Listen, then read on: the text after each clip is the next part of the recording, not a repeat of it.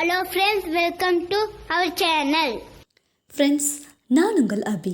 இன்றைக்கி இந்த வீடியோவில் நம்ம ரொம்ப டேஸ்டான முறையில் பீட்ரூட் சட்னி எப்படி செய்யுதுன்னு பார்க்கலாங்க. இது வரைக்கும் நீங்கள் பீட்ரூட் சட்னி இந்த மாதிரி செய்யாமல் இருந்தீங்கன்னா உடனே வீட்டில் பீட்ரூட் இருந்தால் எடுத்து இந்த மாதிரி ஒரு முறை செஞ்சு பார்த்துருங்க. இது அந்த அளவுக்கு ஒரு பர்ஃபெக்டான டேஸ்ட்டாக இருக்குங்க. இட்லி, தோசை, சாதம் இப்படி எது கூட வச்சு சாப்பிட்டோம்னாலும் இது வேறு லெவல் டேஸ்ட் கொடுக்கும். இப்போ வாங்க எப்படி செய்யுதுன்னு பார்க்கலாம். அடுப்பில் ஒரு பேன் வச்சுக்கோங்க. அதில் ஒரு 2-3 ஸ்பூன் அளவுக்கு எண்ணெய் சேர்த்துக்கோங்க. எண்ணெய் சூடானதுமே 1/4 ஸ்பூன் அளவுக்கு சீரகம் சேர்த்து விட்டுக்கோங்க. கூடவே சிறிதளவு கறிவேப்பிலை இலைகள் எடுத்து உள்ளார சேர்த்துக்கோங்க. அடுத்து நான் காரத்துக்கு ஏற்ற மாதிரி காஞ்ச மிளகாய் சேர்த்துக்கலாம். இன்றைக்கி நான் ஒரு 5-6 காஞ்ச மிளகாயை உள்ளார சேர்த்துருக்குறேங்க. இது எல்லாம் சேர்த்துட்டு இந்த மாதிரி நல்லா வதக்கி விட்டுருங்க. நெக்ஸ்ட்டு ஒரு 4-5 பல் பூண்டு உள்ளே சேர்த்துட்டு நல்லா மிக்ஸ் பண்ணிக்கோங்க. இந்த பீட்ரூட் சட்னி செய்கிறதுக்கு நமக்கு குறைவான இன்க்ரீடியன்ட்ஸ் தாங்க தேவைப்படும். ஆனால் சாப்பிட்டு பார்க்கும்போது ரொம்ப ஹெல்த்தியாகவும் இருக்கும், டேஸ்ட்டாகவும் இருக்குங்க. இப்போ நான் ஒரு 3 பீட்ரூட் எடுத்து இந்த மாதிரி தோலெல்லாம் நீக்கிட்டு நல்லா கட் பண்ணி வச்சுருக்கேங்க. இப்போது அதை அப்படியே உள்ளார சேர்த்துக்கோங்க.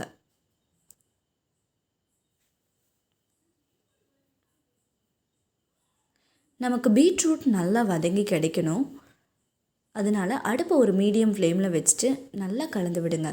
பீட்ரூட்டோட பச்சை வாசனை எல்லாம் போகிற அளவுக்கு நல்லா வதங்கி கிடைக்கட்டும். நமக்கு கண்டிப்பாக இந்த மாதிரி பீட்ரூட் சட்னி நீங்கள் இதுவரை செஞ்சு பார்க்காம இருந்தீங்கன்னா உடனேவே செஞ்சு ஒரு முறை ட்ரை பண்ணி பார்த்துருங்க. அதுக்கப்புறம் எப்போ நம்ம பீட்ரூட் வாங்கினாலும் கண்டிப்பாக நம்ம வீட்லேயும் இந்த மாதிரி பீட்ரூட் சட்னி செய்யணும் அப்படிங்கிறது எல்லாத்துக்குமே தோணுங்க.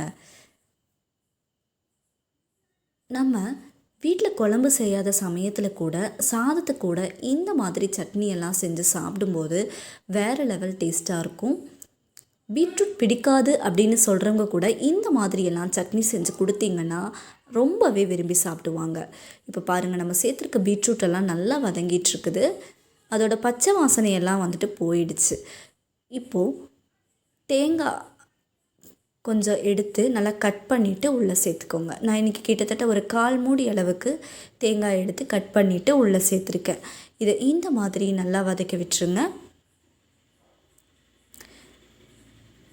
தேங்காய் சேர்த்ததுக்கப்புறமா ரொம்ப நல்லா வதங்கணுங்கிறது இல்லைங்க, ஓரளவு வதங்கினாலே போதும்.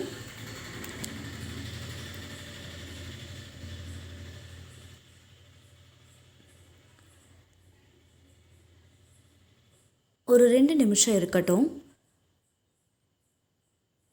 அடுத்ததான் தேவையான அளவு உப்பு சேர்த்துக்கோங்க. கூடவே இந்த அளவுக்கு புளி சேர்த்துட்டு நல்லா கலந்து விடுங்க.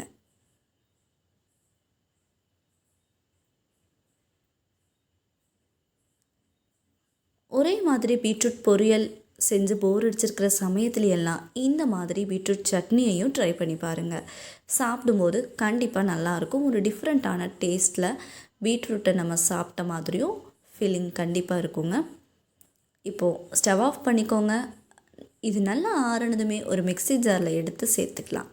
சேர்த்துட்டு கொஞ்சமாக தண்ணி விட்டு நல்லா அரைச்சி எடுத்துக்கோங்க.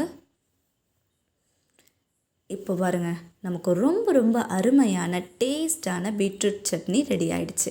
இந்த பீட்ரூட் சட்னியை இன்றைக்கி நான் தக்காளி தோசை கூட வச்சு டேஸ்ட் பண்ண போகிறேன். கண்டிப்பாக உங்கள் வீட்லேயோ இதே மாதிரியே பீட்ரூட் சட்னியை செஞ்சு பாருங்கள்.